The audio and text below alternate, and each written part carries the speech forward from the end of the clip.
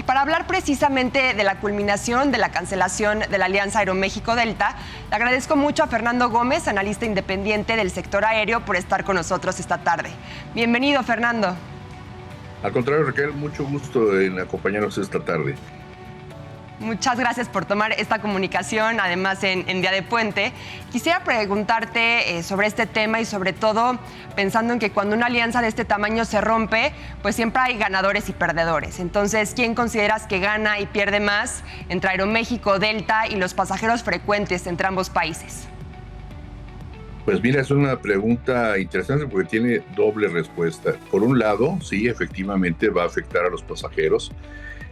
Porque se pierden conexiones, se pierden oportunidades de mayores frecuencias de vuelos entre los destinos que cubren que cubrían estas aerolíneas, y obviamente el encarecimiento por falta de competencia de las mismas tarifas, porque también algunos vuelos, en el caso de la aerolínea Aeroméxico, pues tendrán que incrementar o ajustar sus tarifas porque precisamente los costos operativos se tendrán que absorber por parte de cada una de las aerolíneas. Y en este caso, la Aeroméxico era una de las principales beneficiarias de esta alianza, ambas, pero más Aeroméxico, porque compartían costos operativos, compartían costos de oficinas, de aeronaves, de personal, etcétera, que les permitía esta alianza. Obviamente hay una repercusión. Y por el lado del turismo, pues sí va a haber una afectación porque se concentra en manos de ahora estadounidenses, de las aerolíneas estadounidenses, la cobertura de esos destinos que quizás dejen de atender lo que anteriormente manejaban Delta y Aeroméxico.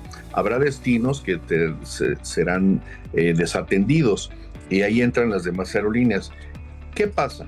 Que una aerolínea, la más pequeña de Estados Unidos, tiene mucho más aviones que todo el grupo de aeronaves mexicanas, de todas las aerolíneas mexicanas en su conjunto. Entonces, ese es un factor importantísimo. El otro factor importantísimo es que las aerolíneas estadounidenses, Raquel, tienen el apoyo de su gobierno respectivo en caso de financiamientos, de créditos, de pagos de servicios en aeropuertos, aeronáuticos, etcétera, etcétera. Y en México no. Delta, por ejemplo, tenía su propia refinería. Imagínate, ellos procesaban su propia turbocina.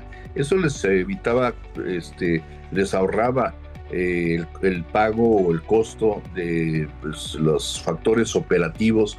El costo operativo del combustible es un factor esencial para cualquier aerolínea. Entonces, precisamente ahí es donde empiezan a verse los desequilibrios, las desigualdades, y a la hora de haber tenido esta alianza que termina ya, pues obviamente hay el hilo se rompe por lo más delgado, y en este caso, pues podría ser Aeroméxico si es que no se pone en condiciones para ejecutarlo. Ya logró solventar o resolver alguna vez el capítulo 11, el Chapter 11, que le llaman a la ley de bancarrota en Estados Unidos. Ya la superó hace algunos años, afortunadamente, para la industria mexicana, pero podría figurarse un escenario oscuro en los próximos meses si es que no hay una inyección de capital o una estrategia que les permita salir avante. Fernando, preguntarte también si hay algún recurso legal, un recurso político que le quede a Aeroméxico y a Delta, pues para intentar revertir esta decisión, o realmente el escenario está completamente cerrado. No, la Corte ya decidió en Estados Unidos, podrían apelar, irse a discusión a instancias internacionales en materia de competencia, pero el argumento es válido, el argumento que esgrima el gobierno estadounidense de que esa alianza afectaba la libre competencia, etcétera, etcétera, pues tiene su sustento y ya lo resolvieron. Pueden apelar todavía, pero es un juicio largo, extenso, costoso y seguramente de pocas posibilidades de ganarlo. Yo creo que aquí la apuesta sería mejor enfocarse ya a una estrategia mucho más propositiva, en el caso de Aeroméxico, para poder afianzar, reforzar, consolidar sus destinos y hacer una planeación estratégica con sindicatos, con pilotos, pues, con sobrecargos, con trabajadores en tierra, trabajadores administrativos, trabajadores de confianza, para que no nos vaya a suceder otro capítulo como el de Mexicana, la extinta Mexicana, que pues hasta el momento sigue habiendo repercusiones significativas en materia de liquidación laboral, en materia de pago a acreedores, etcétera, etcétera. Entonces se viene un escenario de incertidumbre para los proveedores y eso también podría encarecer los servicios,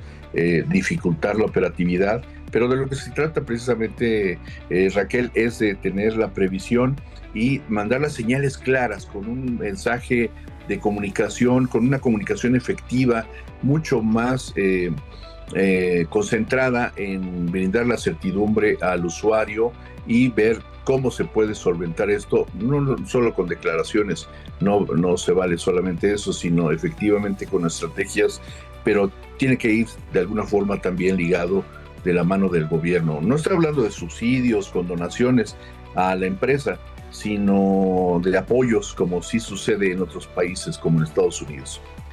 Fernando, ya nos diste un panorama bastante amplio de lo que pueden hacer las empresas, de lo que puede hacer el gobierno frente a esta decisión, pero quisiera preguntarte en otro sentido sobre los movimientos que hay, ¿no? Como decía hace rato, hay quien gana y quien pierde con esta decisión.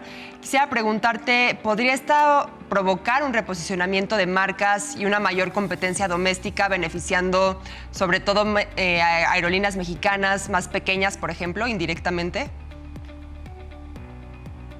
Sí, claro, la reconformación o reconfiguración del mercado va a ser patente, sobre todo para las aerolíneas, en el caso de vuelos internacionales, para las aerolíneas quizás las beneficiarias, por un lado, podrían ser las aerolíneas estadounidenses, por esta capacidad de flota que tienen, por mayor apoyo gubernamental de Estados Unidos, del gobierno local, pero en el caso de México, pues las aerolíneas que compiten con Aeroméxico podrían encontrar una oportunidad también de replantear esas nuevas rutas a cubrir, las que dejen descubiertas y otras. Pero el problema está, Raquel, en que la flota mexicana no tiene los suficientes aviones como para atender, responder, detonar todas esta reactivación o esta reconfiguración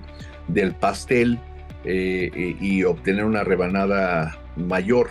El problema es la limitante de los aviones y no obstante también la limitante en el caso, por ejemplo, del aeropuerto más importante del país, que es el de la Ciudad de México, el Benito Juárez, pues está limitada las operaciones debido a la saturación. Entonces, entrar desde y hacia México, hacia los destinos más importantes, pues es un factor esencial a considerar. Y ahí, no nada más, esto ya trasciende a una labor que tiene que atender el gobierno federal precisamente para mejorar esta situación. Pero sobre todo también viene ligado con este tema en el cual está atravesando Aeroméxico y Delta. Pero pues Delta pues no creo que tenga mayor problema. Aeroméxico sí, después del capítulo 11, que ojalá no se repita de nuevo, pero es probable que pudiera tener problemas en ese sentido. Fernando, pues por lo pronto te agradezco muchísimo por tu tiempo para este programa y seguramente seguiremos abordando este tema más adelante. A tus órdenes cuando sea necesario, humildemente lo que puedo apoyar. Muchas gracias. Él fue Fernando Gómez, analista independiente del sector aéreo.